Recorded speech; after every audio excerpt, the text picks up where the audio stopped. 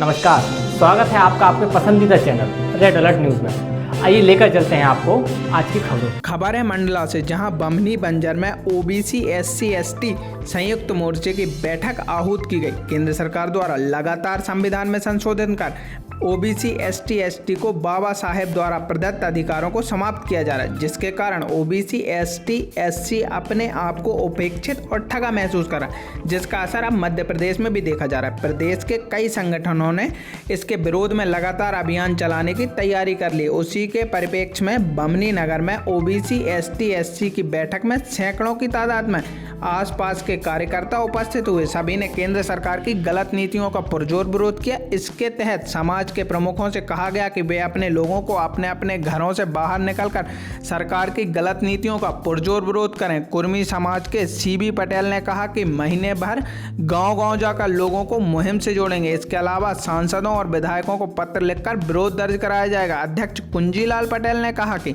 Supreme court का यह फैसला न्याय की दृष्टि से लिया गया था, लेकिन सरकार ने वोट बैंक के लिए इसमें संशोधन कर दिया है। प्रवक्ता संजय चौरसिया ने विभिन्न वर्गों को मिल रहे आरक्षण में असमानता और वर्तमान आरक्षण में कितना किस वर्ग को लाभ प्राप्त हो रहा है सहज तरीके से उदाहरण सहित समझाया। हमारे राष्ट्रीय अध्यक्ष ओबीसी एसटी एससी संयुक्त मोर्चा का जो गठन हुआ है, ललित कुमार जी के निर्देशानुसार प्रत्येक गांव शहर में हम कार्यकारिणी का गठन कर रहे हैं, जो भविष्य में भारत का इतिहास बदलने वाली है। भारतवर्ष की 85% जनसंख्या जो कि अभी तक सिर्फ वोट देती है, 85% जनता वोट देती है और राज कोई और करता है।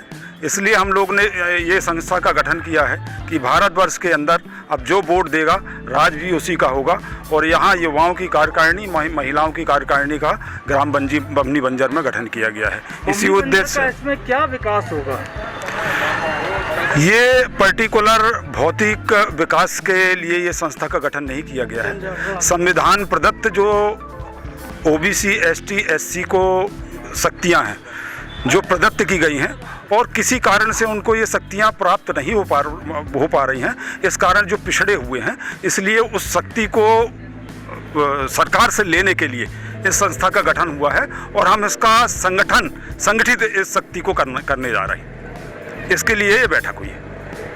क्या निर्णय लिए गया इस बैठक में? निर्णय ये लिए गए, बहुत सकारात्मक विचार इसमें आए और लोगों में बड़ा उत्साह रहा। सभी लोगों ने ये कहा कि हम गांव-गांव जाकर इसका प्रचार प्रसार करेंगे और भविष्य में 2 अक्टूबर तक हम लोग एक बृहद सम्मेलन मंडला जिले में करने वाले हैं।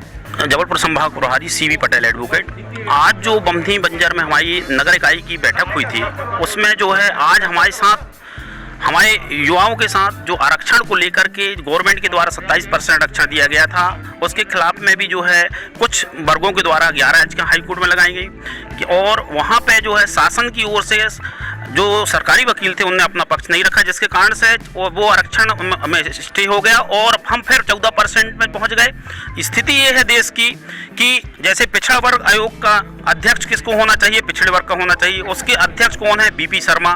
माने ये हमारे साथ टोटल ओबीसी एसटी एससी के साथ में टोटल अत्याचार हो रहा है, उसके खिलाफ में आज हम लोग यहाँ बैठक लिए थे और हमारी अभी कार्यकारिणी गाँव-गाँव पहुँचेगी और जन जागृति अभियान हम लोग चला रहे हैं। मंडला से अरविंद सोनी की रिपोर्ट।